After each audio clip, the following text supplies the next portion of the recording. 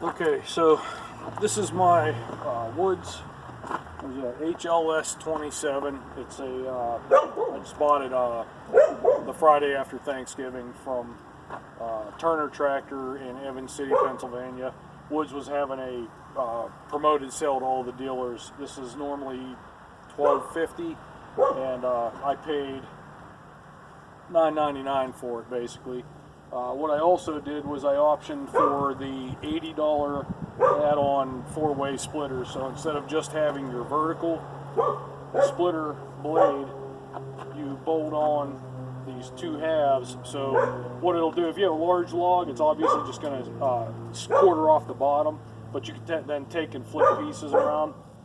I do notice that on some of this hard oak, it does bog down the pump on the splitter itself.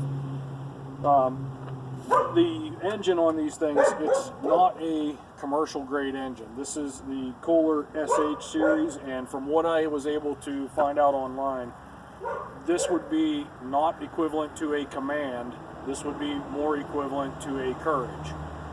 I don't know. Maybe it's not even a Courage, but I have a Courage in a Sears Craftsman tractor that was made by Husqvarna. It's the equivalent to the Husqvarna Fast Cut series that has the the Hydro Gear G730 with the replaceable filter. I do change my hydro fluid. That has a 26 horse Kohler Courage, which is their low line consumer grade engine, and I have 560 hours on it at this point. I do run AMSOIL synthetic oil, and I do change my HST fluid and filter in that. And I'm able to get that hydrostat filter and fluid at my local Mahindra dealer, which I don't own Mahindra, but he has the stuff I need. So anyways, back to the Woods. This thing is, so far, it's been a beast. I mean, the 27 ton, I didn't know. This is my first log splitter. I didn't know if this was going to be, massive amount of power. I didn't know if I was going to feel underpowered, because I do know that what is Dirty Hand Tools makes one that's a 35 or 37 ton. I would guess that this is not considered a commercial grade piece of equipment whatsoever. I would call it a prosumer, or better than your Chinese shit that's out on the market. So anyways, the engine starts really easy. The Kohler, the one thing I did learn right off the bat with it is, do not leave fuel in the carburetor while hauling this around behind your tractor or I use Yamaha Rhino. What happens is, if you leave the fuel turned on, you have fuel in the carburetor, it goes inside the engine, the floats are bouncing around, you wet the engine down, you go to start it, it's real hard to start, 20-30 pulls, and you end up with gas blowing out the muffler. You're nearly liquid locking the engine. So what I do after that first time I did that is, right here you have a choke. I don't know if you can see it on the side of the engine. You have the silver lever is your choke, and the black one is your fuel on off. This is your throttle lever. So I turn, at the end of use, I turn the fuel off, I idle it down just slightly above idle, and I let it run until it starts to miss. It starts to cut out from lack of fuel. And at that point, then you have a power switch right here, turn the power off, and then I transport the thing. So what I want to do is, I just picked up these logs out in my yard today. There was a tree that came down, and I mean, these are some pretty big bastards. And I wanted to see, could this four-way cutter on a 27 horsepower non-commercial grade piece of equipment, could I shove this ram through a holy shit piece of wood that I had to use my Kubota to move this stuff? So let's go ahead and see. Oh, I have it up here.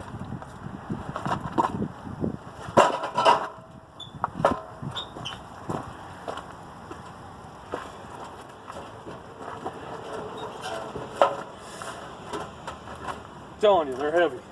They're wet. This was a live tree in the beginning of summer. We had a high windstorm with microbursts, which is downward blowing wind, and we had a microburst come through and knock live trees. It folded them in half, snapped them, big splinters sticking up in the air. So this was the bigger part of the bottom that didn't come out into the yard all the way, and I left this there since, I would say, May or June. So they're not totally wet, but they definitely are not dry yet. They are heavier than hell. What do you think? You think the Woods is going to be able to crush through this with the 4-way on there? I don't know. So I'm going to turn the power switch on. Shouldn't need the choke because I already test cut a couple pieces of wood here. Turn the throttle up. There we go.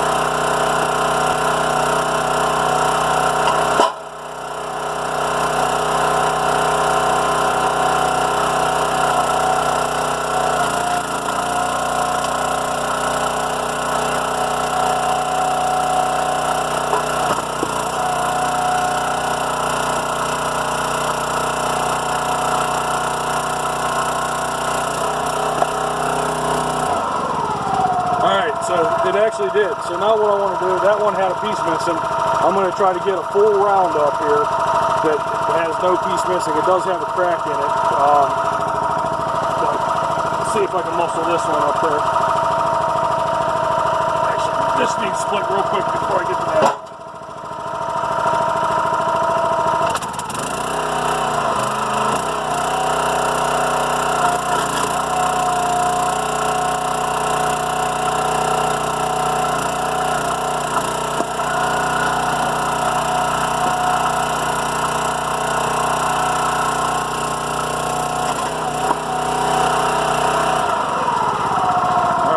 Wish me luck. I'm going to try to pick this bastard up.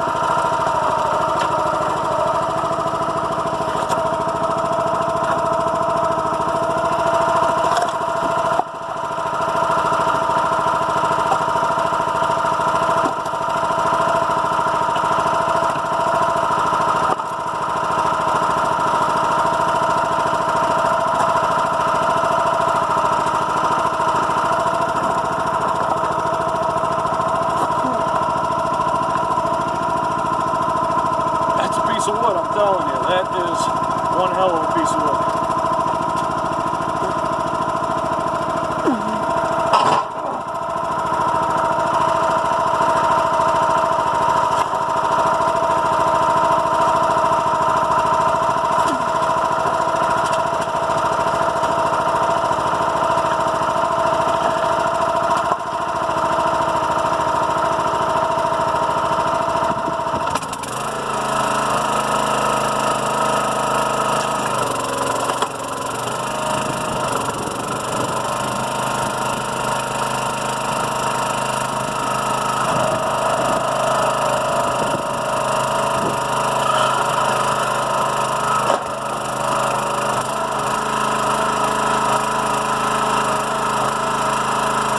Like roaches all over. What the hell is that?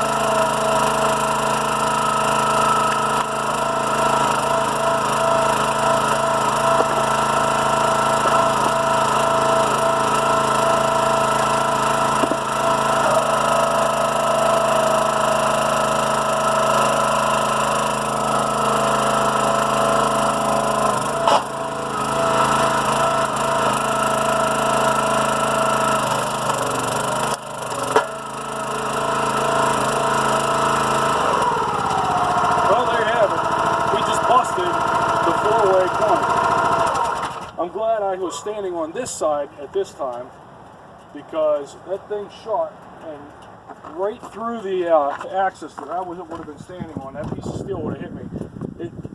I gotta show you this. Okay.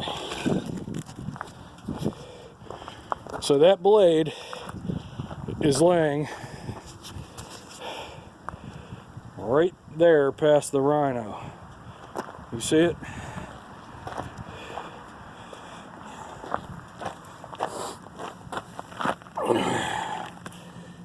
So there's the fractured bolt. The other bolt obviously broke as well. You can see where it pulled the metal there. So I got about, I would say, 10 minutes worth of use out of the Woods 4-way splitter blade before she gave up the ghost on some wood. So the wood splitter itself, I'll put the camera back here. So the Woods splitter hydraulically has plenty of power. So now I am in the middle of the log. I've got a broken blade, broken bolts.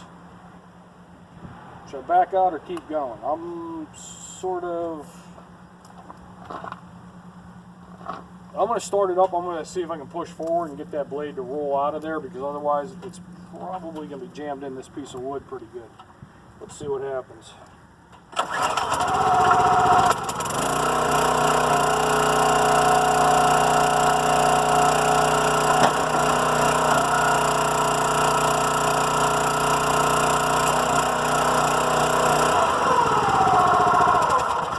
Alright, so there is, wow, that's nice. So what happened was, they don't have this designed as nice as I had hoped that they would. And what's going on, the heads of the bolts are sticking out, so that's something for the wood to catch on that doesn't have an ability to spread the wood or shear the wood or do anything like that. The bolt on the other side, this bottom bolt, is now bent almost 90 degrees back against the actual blade here. So when that exploded away, when this piece exploded away, this right here came off of the bolt, and you can see right here where the bolt rotated through. Let's see if we can get the right angle here. So you can see where, as the bolt rotated, it removed some of the metal, deformed some of the metal there. So what I'm going to try to do is I'm going to go up to Tractor Supply and get some grade 8 bolts and try this again one more time and see what happens. But as of right now, I'm not real impressed with Woods, and I will be reaching out to them to let them know that that was not cool. Alright, I love the wood splitter. I mean, I'm not going to put it down. I love that HLS27. That thing is badass. And Turner Tractors up in Evans City, PA. Called him up. He had it on stock. I drove up there, when I was off work on Friday, picked it up. He had it warmed up, test ran it, full of fluid, everything was ready to go. All I had to do was set it on my trailer, haul it home, go split wood. So Turner Tractors, Evans City, awesome guys. Ask for Ray, that's the guy you want to talk to. And wood splitter. If you're a homeowner like me that's just splitting wood for campfires, fire in your house, doing recreational style cutting, I guarantee you I will probably die, and my son Larry will end up owning this thing, and he will probably be splitting wood right here at this house on this property with that machine right there. Hopefully the Kubota is still there with him. All right, thank you. I'll do another video if I do grade 8 bolts, and well, not if, I will do grade 8 bolts, and I'll do another video. I'll save the other big round I have, and we'll retest this with some possibly better hardware. The head of their bolts is not marked. Let's see here. Here's one of the broken bolts I was just able to pull out right there, okay? So you can see that broken bolt. The head of the bolt doesn't have your typical SAE style stamping. There's some lettering on there. Looks like JFL. You know what? That actually might say 8.8, which I believe would be the metric equivalent of a grade 5 SAE bolt. I don't know if you could see that or not. So I'll put this video up on YouTube, let y'all look at it, let y'all make your own opinion. But my opinion is, love the splitter. Not real impressed with $80 on this shit. Alright, man, thanks.